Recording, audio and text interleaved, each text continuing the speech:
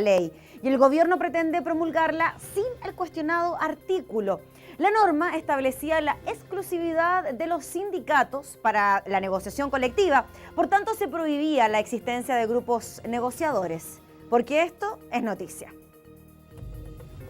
Esta no es una buena noticia para la libertad sindical y para los trabajadores organizados en los sindicatos.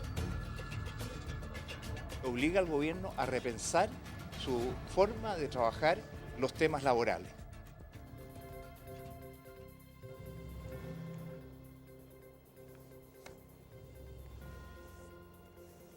Tomamos contacto inmediato con Norberto Díaz, vicepresidente de la Central Unitaria de Trabajadores. ¿Cómo está, Norberto? Muchas gracias por acompañarnos. Hola, ¿qué tal? Buenas noches. Norberto, hoy la ministra del Trabajo, Jimena Rincón, decía que lo que ocurrió con esta determinación del Tribunal Constitucional era una derrota para los trabajadores. ¿Usted lo considera así?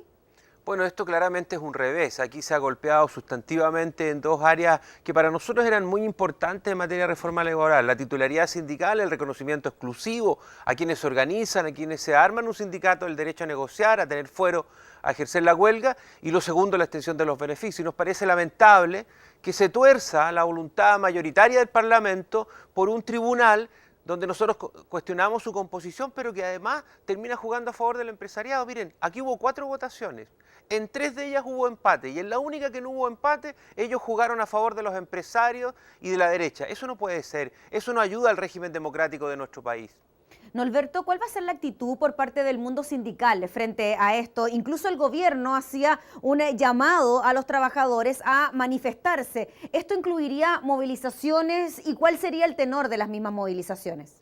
Mira, yo creo que esto efectivamente, tal como el propio gobierno lo ha dicho, esto es un retroceso. El gobierno tiene responsabilidad en este retroceso. El gobierno tiene responsabilidad porque su falta de ordenamiento interno llevó este tema con una nueva mayoría casi dividida frente al tribunal. Entonces, ¿qué respeto le iba a tener el tribunal a un gobierno que estaba actuando que no fue capaz de ordenar a su propia bancada? Pero sin lugar a dudas, aquí el problema principal es que no importa lo que pase en la Cámara de Diputados, no importa lo que pase en el Senado, no importa lo que pase en las votaciones, aquí hay una tercera Cámara, acá hay un tribunal constitucional que no le eligió el pueblo y que termina legislando en algo de tanto sentido común. Si lo que nosotros hemos reclamado como titularidad sindical existe en todo el mundo, ¿qué tendremos de especiales los chilenos que no podemos reconocer las normas que existen en el mundo desarrollado y democrático para repartir la riqueza en un país? ¿Cuál va a ser el poder negociador que podrán tener ahora los sindicatos? Se lo pregunto porque, según lo que se ha planteado, la reforma laboral será promulgada igual, sin esta norma de la titularidad sindical. Esto quiere decir, en definitiva, Norberto, que quienes no suscriben un acuerdo con el sindicato, de todas maneras van a poder optar a los beneficios que logre precisamente los que están sindicalizados. No, acá lo que ha habido en materia de extensión es que se ha roto una parte y se ha mantenido otra. Al final del día ya el empresariado no va a poder seguir haciendo lo que hizo durante 35 años, que es extender unilateralmente los beneficios, no con el afán de repartir igualdad, no con el afán de hacer igualdad en el salario, sino que con el afán de debilitar a las organizaciones sindicales. Eso los señores empresarios no lo van a poder seguir haciendo. Ahora, para extender los beneficios se requerirá del acuerdo con la organización sindical, pero se votó la extensión por afiliación. Y la gente que nos está escuchando tiene que entender que lo que nosotros estábamos pidiendo era lo que existía hasta 1980 o 1981, que lo pactado por una organización sindical se le subía o era beneficiario de esos acuerdos una vez que la persona firmaba. Es decir, si tú entrabas a una organización sindical, tenías los beneficios que esa organización sindical había negociado con el empleador. Esas eran las normas del Chile democrático antes, y esas normas se sacaron en un plan laboral cuando no hubo Parlamento, ni Cámara de Diputados, ni Tribunal Constitucional con alegar. Pero ahora que hubo votaciones, que hubo Cámara de Diputados, que hubo Senado, llegamos al final al Tribunal Constitucional y ellos hacen lo que quieren. A nosotros esto nos parece lamentable porque es un retroceso para los trabajadores. Se requiere entonces cuanto antes, Norberto, una reforma constitucional que saque del esquema político en Chile este Tribunal Constitucional, porque muchos ya dicen que esta es prácticamente una tercera cámara. Pasó ahora con la reforma laboral y pasó también en su momento con la reforma educacional y la gratuidad de la educación superior. Mira, nosotros creemos que las normas de cómo se organiza un país se tienen que dictar en una constitución democrática y nosotros seguimos teniendo una constitución ilegítima. Este problema de los trabajadores de la reforma laboral es un problema que tiene el origen en una constitución que es ilegítima. Nosotros todavía seguimos siendo gobernados por una constitución del 80. Las normas laborales que nos han regido durante 35 años fueron dictadas en dictadura por 4 generales y 11 civiles. Y durante estos 35 años, los que nunca han creído en la libertad sindical, los que nunca han creído en la organización sindical, los que no han respetado los derechos de los trabajadores, han usado a un par de senadores para ir a reclamar al Tribunal Constitucional contra el derecho de los sindicatos a tener titularidad sobre la negociación. Esto es un contrasentido. Ellos nunca han creído en la libertad sindical. Alguien puede creer, y permítame que lo diga con respeto, pero con firmeza, que el señor Enlal Larraín, que defendió a Colonia Dignidad, defiende la libertad sindical en este país, los derechos laborales. ¿Alguien puede creer que Patricio Melero, que fue alcalde de la dictadura, defiende la libertad sindical y los derechos de los trabajadores? Ese debate hay que abrirlo en este país, porque ahora nosotros de nuevo hemos perdido y de esta batalla tenemos que salir. Yo espero que el gobierno haga un veto presidencial y no aprueben finalmente una ley sin titularidad sindical, sino que una ley con titularidad para los sindicatos. Y de eso va a depender entonces, Norberto, que ustedes se movilicen o no. Si es que el gobierno, por ejemplo, hace un veto a esta reforma, ustedes entonces, podríamos decir, se quedarían más tranquilos. Si es que finalmente no se concreta el veto, ¿ustedes saldrían a la calle a exigir que algo de eso ocurriera? Mira, nosotros vamos a analizar bien cómo va a ser la reacción de aquí a los próximos días. Hay que ver cómo sale esto redactado, qué efectos tiene esto en la ley. Pero nosotros no descartamos ninguna fórmula de diálogo o de movilización. Y la convocatoria que hacemos este 1 de mayo es que la gente concurra a todos los actos que las CUT y que los sindicatos hagan a lo largo del país. Recordemos este 1 de mayo a los que murieron en Chicago pidiendo 8 horas para descansar, 8 horas para la familia, 8 horas para trabajar. Ahora, ¿qué hemos pedido después de 35 años? Que nos reconozcan el derecho a sindicalizarnos. Los mismos que se coludieron en el papel, en el pollo, en los supermercados, son los mismos que han financiado el Parlamento para que las leyes sigan iguales. Son los mismos que están metidos en el financiamiento ilegal de la política. Esa gente ha dictado leyes que son insuficientes. Por eso las leyes en este país no han cambiado. Por eso esta derrota que nos propina el Tribunal Constitucional es dolorosa para el mundo del trabajo, porque esta reforma todavía era insuficiente, todavía era moderada, todavía faltaban muchas cosas. Pero aquí al final, cuando se trata de avanzar un poquito en materia de derechos colectivos para los trabajadores, siempre hay problemas. Y eso es lo que nos mantiene como país desarrollado atrás del resto de los países, porque vivimos con normas del pasado y no con las normas del futuro que garantizan igualdad y repartición de la riqueza entre todos. Norberto, ayer, durante esta semana, se dieron a conocer las cifras de desempleo para la región metropolitana, un 9,4%. Se habla también de una desaceleración de la economía y una crisis económica a nivel internacional. ¿Qué le pasa a usted o qué le pasa a la CUT cuando se dan esos argumentos para decir que no es un buen momento para implementar una reforma laboral? Yo creo que los países inteligentes cuando tienen crisis saben lo que buscan es diálogo, es buscar acuerdos. Pero aquí en Chile durante 35 años con el mundo del trabajo no ha habido acuerdos. Con el mundo del trabajo ha habido imposición, ha habido despido, ha habido arbitrariedad. En Chile 1 de cada 2 trabajadores chilenos gana menos de 440.000 pesos mensuales. Es decir, 1 de cada 2 trabajadores chilenos vive con menos que lo que alcanza.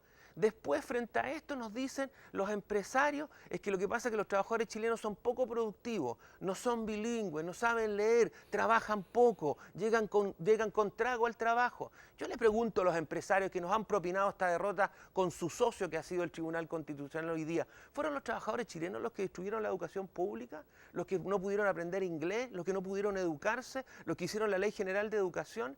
El plan laboral que se hizo, el 79 y el 80, pero lo que trató de hacer fue matar a los sindicatos. ¿Para qué? Para que los mismos que se coluden se hayan hecho de las AFP, hayan nacido las ISAPRE, hayan convertido la educación en un negocio. Los trabajadores chilenos somos víctimas del plan laboral y de todas estas otras miserias. Y hoy día el Tribunal Constitucional se ha hecho socio de la gente que nos ha hecho daño durante todo este tiempo. Muy bien, pues Norberto, le agradecemos como siempre la disposición que ha tenido para conversar junto a nosotros y estaremos atentos a lo que pueda ocurrir entonces el próximo 1 de mayo, donde ustedes están haciendo entonces este llamado a movilizarse. Muchas gracias. Gracias, que esté muy bien. Ahí está entonces la postura de la CUT frente a un tema tan importante como es la reforma laboral. Hacemos pausa comercial, quédense con nosotros en instantes, volvemos con más de esta noticia.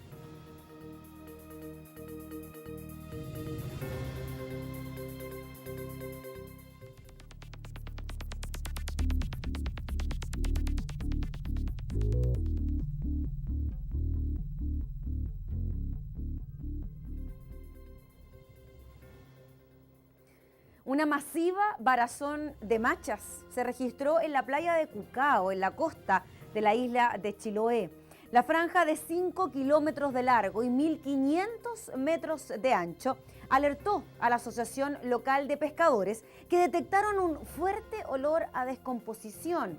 La explicación estaría en una toxina paralizante asociada al fenómeno de la marea roja que afecta a la zona. Vamos a tomar el contacto con la alcaldesa de Ancud, Soledad Moreno. Vamos a estar ahí con ese contacto. Queremos conocer lo que ocurrió en este sector de la Isla Grande de Chiloé con esta particularidad bastante importante, efectos de la naturaleza. Estamos en contacto entonces con la alcaldesa de Ancud, Soledad Moreno. ¿Cómo está, alcaldesa? Muchas gracias por acompañarnos. Gracias a ustedes, la verdad, tener este contacto y poder contar lo que está sucediendo acá en la isla de Chiloé, pero muy especialmente en mi comuna, Ancud. Sí, pues alcaldesa, estamos viendo las imágenes y resulta bastante impresionante ver esta cantidad de machas apostadas en la playa de Cucao. ¿Ustedes ya tienen algún tipo de explicación sobre este fenómeno? Decíamos al inicio que podía ser atribuible a la marea roja, pero ¿ustedes habían tenido una experiencia así? Nunca, me refiero a la zona que está siendo afectada, ya que prácticamente desde Osorno hasta Cucao, que abarca prácticamente toda la isla, nunca había ocurrido, y más hacia el océano. Es un tema, casi siempre son temas del mar interior y que siempre está sujeto a corrientes más templadas. Así que es un hecho inédito que ocurra de esta forma.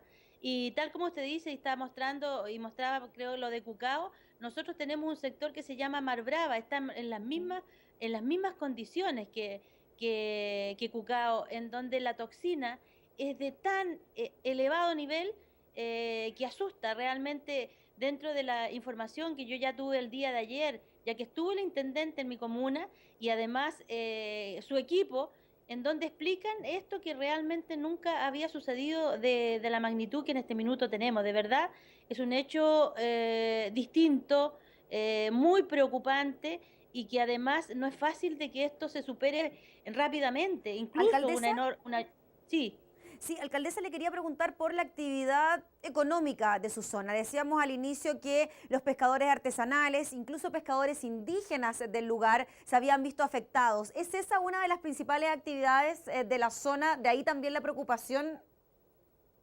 Yo creo que desde el primer minuto que se nos cierra con marea roja, a la comuna de Ancud, al menos yo viajé en forma inmediata a reunirme con el intendente y hacer sentir de que la comuna de Ancud tiene más de un 45% de gente vinculada al mar, en donde tenemos, yo creo que es de las comunas donde más pescadores artesanales tenemos. Por supuesto, afecta enormemente la economía y todo lo que significa a tanta cantidad de mujeres, especialmente recolectoras de orilla. Hay un tema muy, muy especial en mi comuna, en donde la gente vive el día a día. El mar le provee. Así que no solo, alcaldesa, estamos hablando de los tradicionales pescadores que salen con sus botes a la mar, sino, como usted también decía, las recolectoras en su zona son muy tradicionales. Hemos tenido la posibilidad de estar en ese lugar y hemos visto precisamente cómo se realiza esa actividad, siendo uno de los pilares de su comuna. Es yo creo, principal parte, ¿no es cierto?, de la economía nuestra, donde dependen tantas familias. Por ejemplo, el día de ayer, una de las empresa que tenemos, Cataluña, ha despedido a 40 mujeres, donde es una conservera, y viene alrededor de 150 personas más que por no tener el producto se cierra. O sea, tenemos prácticamente una cantidad inmensa, y ya veníamos hace ya más de un mes y medio con la desvinculación de todos los trabajadores del salmón. Realmente la comuna de Ancud es tremendamente impactada porque nuestra gente migra a Quellón, a Kemchi, a Chonchi, a Dalcahue, donde están las empresas de salmonera, y tenemos mucha gente fuera de la comuna que ha sido desvinculada también. Entonces, pensar que más de 800 personas han sido desvinculadas o se quedan sin trabajo del ámbito del salmón, imagínense lo que significa ahora. No tener, ¿no es cierto?, la posibilidad que la gente que día a día vive de nuestra costa, de sus productos, es realmente una catástrofe. Por lo mismo, alcaldesa, ustedes están solicitando a la autoridad central que sea declarada zona de catástrofe. Hasta el día de ayer, que fue que el intendente llegó a mi comuna, horas antes nos reunimos en Castro, 3 alcaldes, que somos los que mayor dificultad tenemos en la provincia de Chiloé, que es Quellón, Chonchi y Ancud. Nos hemos puesto de acuerdo también los 3 alcaldes. Es imperioso que se declare, ¿no es cierto?, zona de catástrofe, porque es imposible en alguna medida socorrer a tanta gente que no va a tener en pocos días, y creo que en este minuto ya no tiene para subsistir. Por lo tanto, el intendente de nuestra región debe informar con todo lo que nosotros ya le hemos proveído y que él ha visto la necesidad, debiera declararse zona de catástrofe. Yo he estado en contacto al ministro del Interior, a la ministra Jimena Rincón, que es la ministra del Trabajo. Hemos hecho todo para que realmente digan y vean y evalúen que la única salida es una medida excepcional para enfrentar esta crisis. Además de lo que ustedes están solicitando, cómo declarar este sector como zona de catástrofe, ¿se ha hecho algo más? ¿La autoridad regional ha logrado poder controlar lo que está ocurriendo en el sector? Leía que, por ejemplo, los análisis toxicológicos iban a demorar bastante más porque se decía que los laboratorios estaban saturados de trabajo. Si en épocas normales se demoran, ¿no es cierto?, días para tener un resultado de un análisis, hay que recurrir a Castro, a Quellón. Por supuesto, ante un estado de emergencia como el que tenemos, por supuesto que se necesitan recursos para que en Ancud exista un monitoreo diario. No es posible, ¿no es cierto?, que a lo mejor tenemos zonas donde no hay marea roja y poder ir liberando algunas zonas. Yo creo que es imperioso poner los recursos para que esto también vaya sucediendo. No es posible, con el sistema que tenemos actualmente instalado, poder en algún momento pensar en un mediano plazo que se va a poder monitorear, ¿no es cierto?, y liberar seguramente algunas zonas. ¿Usted ha podido conocer la opinión de expertos en la materia, alcaldesa, expertos de allá, de su zona, que le digan por lo menos a usted cuándo se va a terminar este fenómeno, cuándo vamos a poder encontrar una solución al respecto? El día de ayer el intendente estaba acompañado con equipos de personas que pudieron dar mayor información, pero hay una incertidumbre tremenda porque es excepcional la cantidad de toxina que en este minuto han medido en algunos sectores, en donde es difícil prever realmente cuánto puede demorar.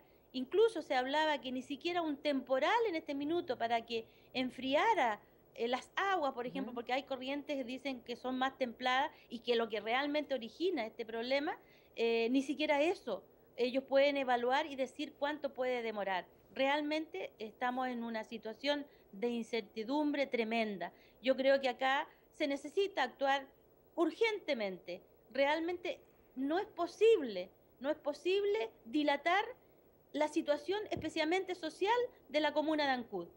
Y nos imaginamos, alcaldesa, que la situación en su isla, en su zona, ya es complicada y se vuelve aún más compleja por lo que ocurrió en la playa de Cucao. Usted me decía que no solo era ese sector. En el corto plazo, alcaldesa, ustedes se van a seguir comunicando con la autoridad central para que ojalá se declare zona de catástrofe y así contar con recursos como, por ejemplo, hacer el monitoreo de las aguas. Aprovecho, yo creo que va a haber un core extraordinario. Hoy, por ejemplo, sesionó la Comisión de Pesca del CORE en Calbuco.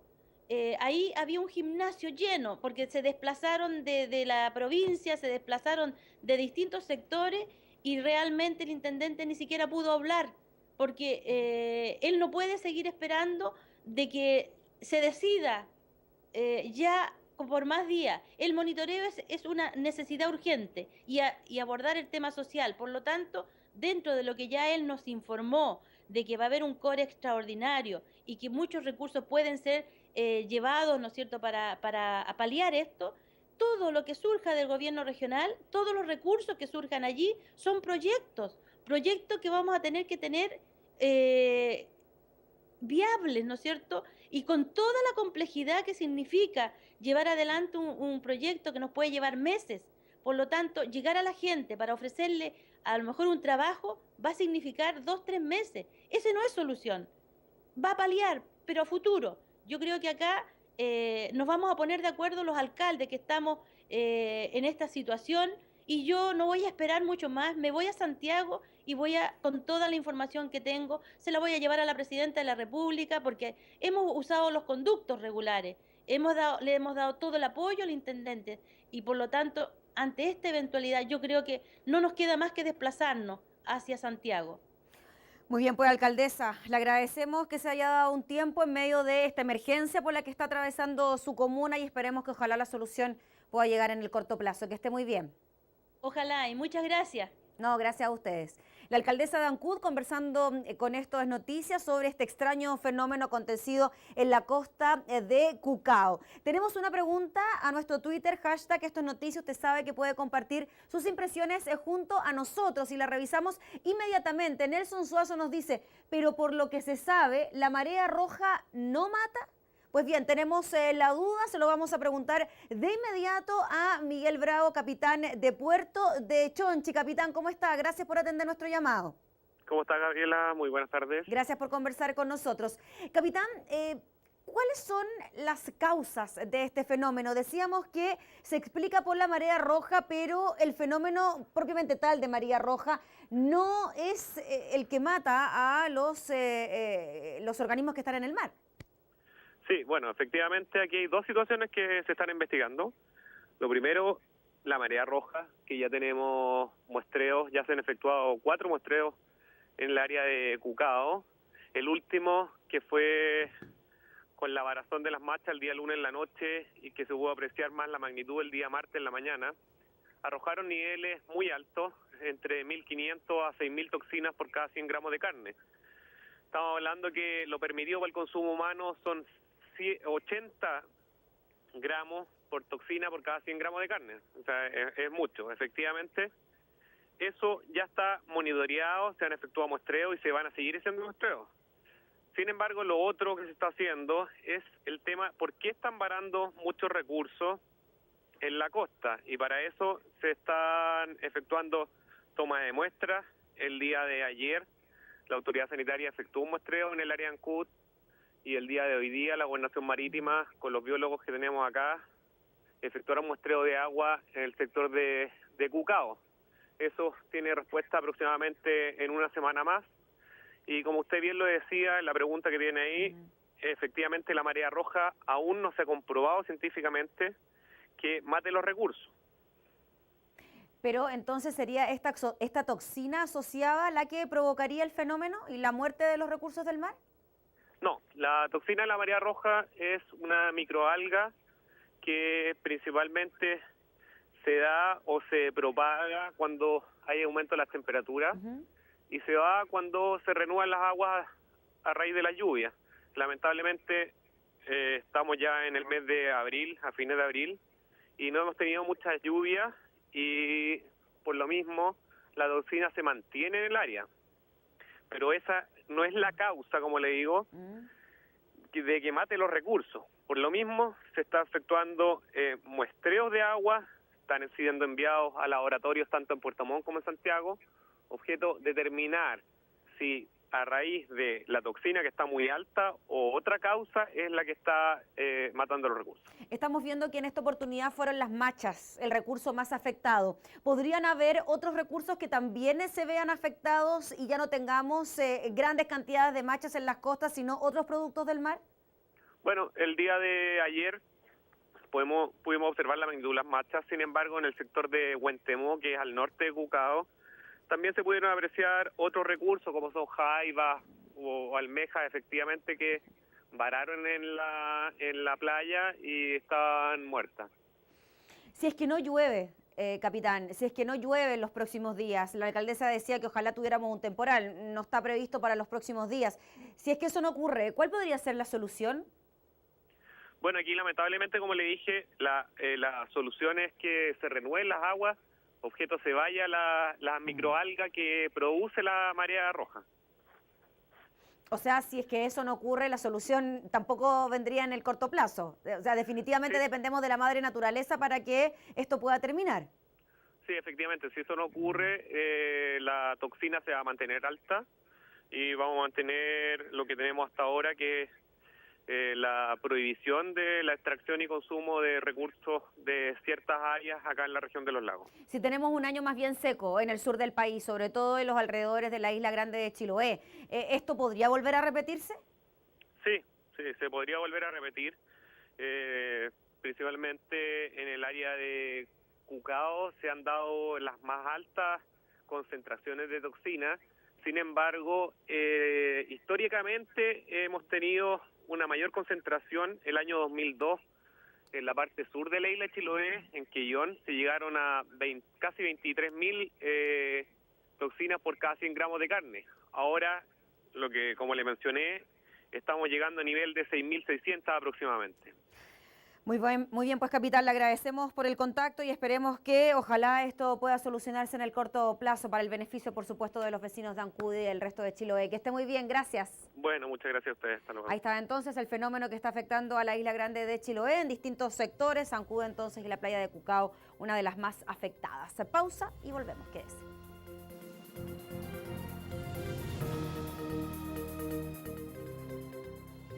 La polémica por la fallida construcción del puente Caucao en Valdivia está lejos de terminar.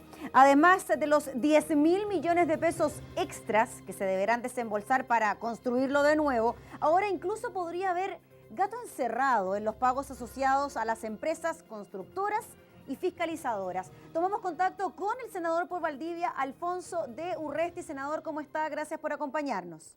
No, un gusto saludarlos desde Valdivia y preocupados por esta tremenda y bochornosa noticia respecto al puente Caucao. Sí, senador, nos tomamos precisamente de sus palabras a la hora de introducir el tema, esto de que podría haber gato encerrado en la construcción de este puente, principalmente por lo que podría ocurrir con las empresas ASBI y Sañartu Ingeniero Consultores. ¿Qué responsabilidades atribuye usted, senador, a estas empresas en particular y lo que terminó transformándose en la bochornosa construcción de este puente? Mire, en primer lugar, ASDI es una empresa que ha cometido una serie de irregularidades y respecto a la cual se han realizado pagos que no han correspondido. Sin ir más lejos, la Contraloría General de la República objetó un pago de 1.200 millones de pesos que se hicieron aproximadamente en agosto-septiembre del 2014. Situación que objetamos en su momento porque eran pagos que no correspondían de ninguna manera a obras o al término de la obra que se había llevado adelante. Y lo que es más escandaloso aún es la situación de Sañartu, empresa que está contratada efectivamente como asesoría de inspección fiscal.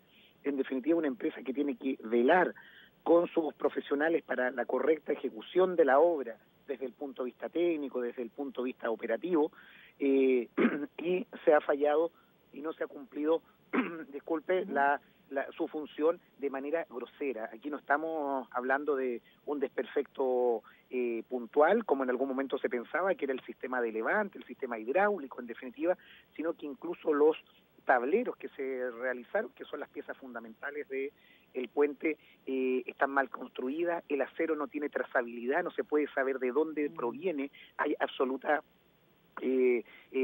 duda sobre su origen. ¿Senador? Entonces aquí claramente hay que establecer cuál es el origen de estos errores y por qué, no obstante no haber hecho el trabajo, se les pagó a cada una de ellas. Sí, senador, y la empresa Sañartu habló también durante esta semana, emitió un comunicado en el diario El Mercurio desconociendo irregularidades y sosteniendo que ellos no tenían participación alguna y atribuyendo las responsabilidades al Ministerio de Obras Públicas. ¿Usted cree que además de lo que podría ocurrir con estas empresas, también hay responsabilidad del Ministerio de Obras Públicas en este tema? Obviamente hay responsabilidad del Ministerio de Obras Públicas de no haber anticipado y no haber detenido esta obra antes. Esta situación podríamos haberla conocido perfectamente un año antes. Lo que se ha perdido por parte del Ministerio de Obras Públicas es valioso tiempo.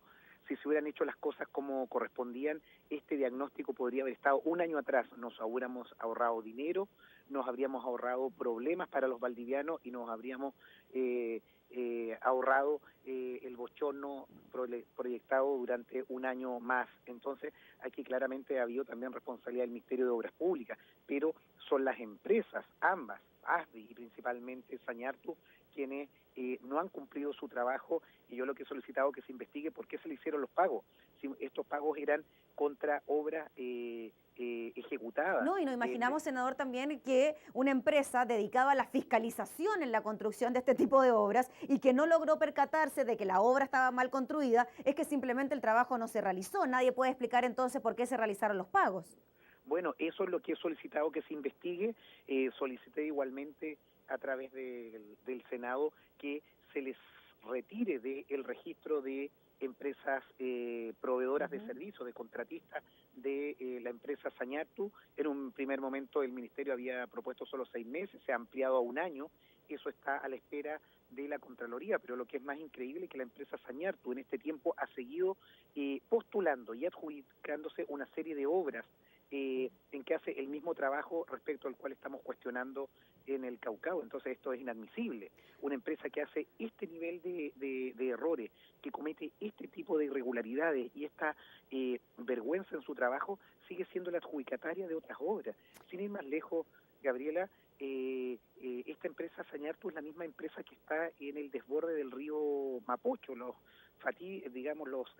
situaciones desastrosas que vivimos la semana antepasada en Santiago y en una serie de otras obras adjudicadas del Ministerio de Obras Públicas, al menos aquí en mi región. Entonces, aquí claramente hay una actitud contumaz de parte de esta empresa de seguir postulando a proyectos y no ha habido una sanción clara y precisa del Ministerio de Obras Públicas de sacarlos de su registro y que no sigan lucrando de manera sin hacer su trabajo como lo hemos visto en el Caucao. Y desde el punto de vista político, senador, ¿qué le parece estas declaraciones cruzadas que han habido incluso con el expresidente Sebastián Piñera diciendo que efectivamente la licitación se había hecho en el año 2011 durante su mandato, pero que la planificación inicial se había hecho en el año 2009 en el primer gobierno de la presidenta Michelle Bachelet? Como echándose la culpa de un lado para otro.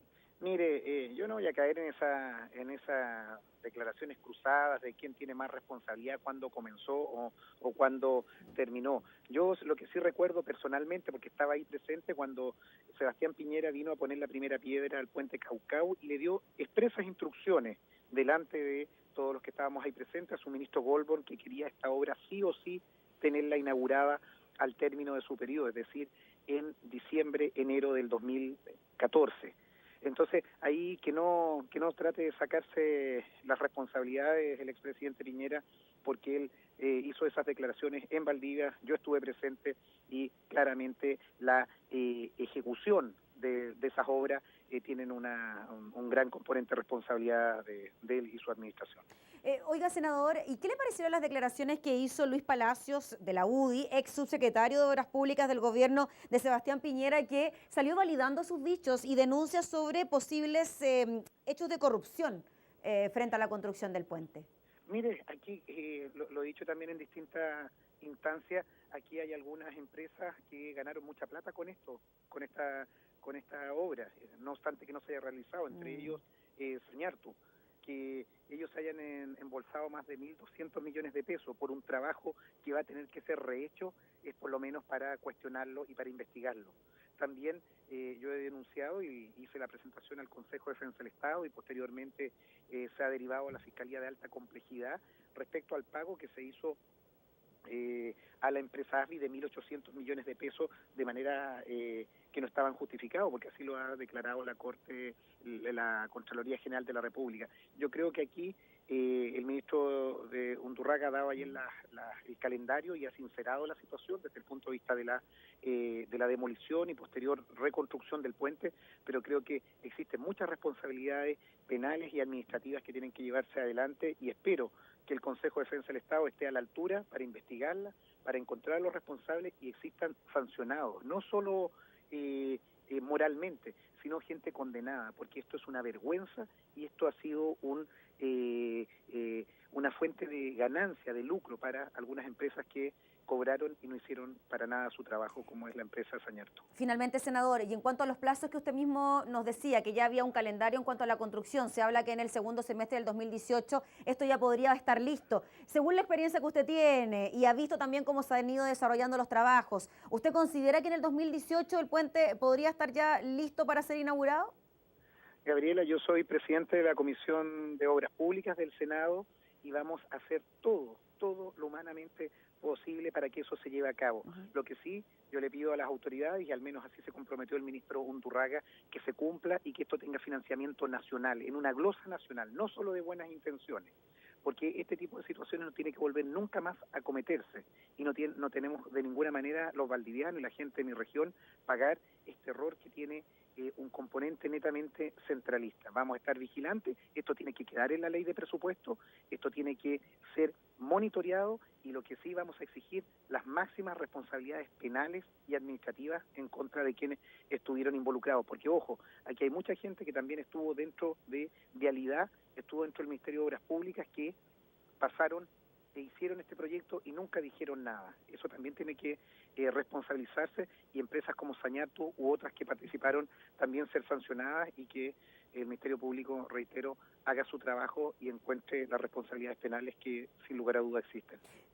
Muy bien, pues senador, le agradecemos por el contacto, que esté muy bien. Para ustedes, un abrazo. Hasta Gracias. luego. El senador por Valdivia, Alfonso Urresti, conversando con estas noticias de esta polémica sobre la construcción del puente en el río Caucao. Lejos de terminar. Pausa y volvemos.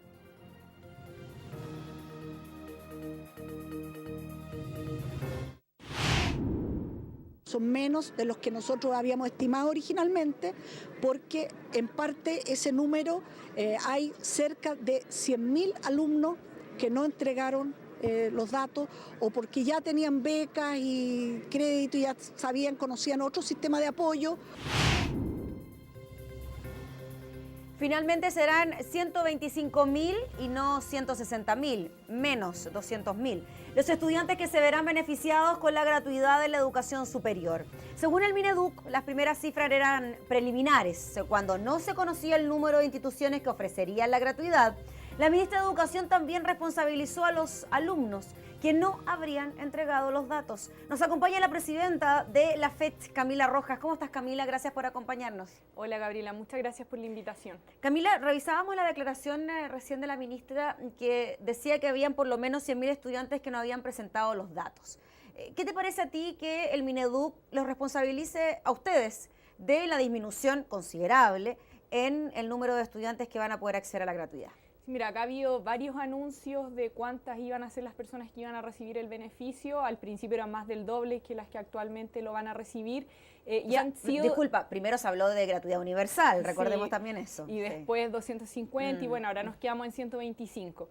Bueno, lo que nosotros vemos es que el Mineduc ha dado varias excusas, entre ellas ha dicho que claro, es culpa de los estudiantes, que es culpa de las universidades, pero nosotros les preguntamos también en la última reunión que tuvimos cuál era la principal evidencia de por qué bajaba tanto el número, y lo que ellos nos mencionaron es que es principalmente porque hay estudiantes que, habiendo postulado, no entraron a las universidades adscritas. Por lo tanto, las falencias que hoy día tiene el proceso de gratuidad son mucho mayores a simplemente los problemas de implementación. Lo que nosotros vemos acá es que se implementa una política que es parcial y que no viene a solucionar todas las problemáticas de educación.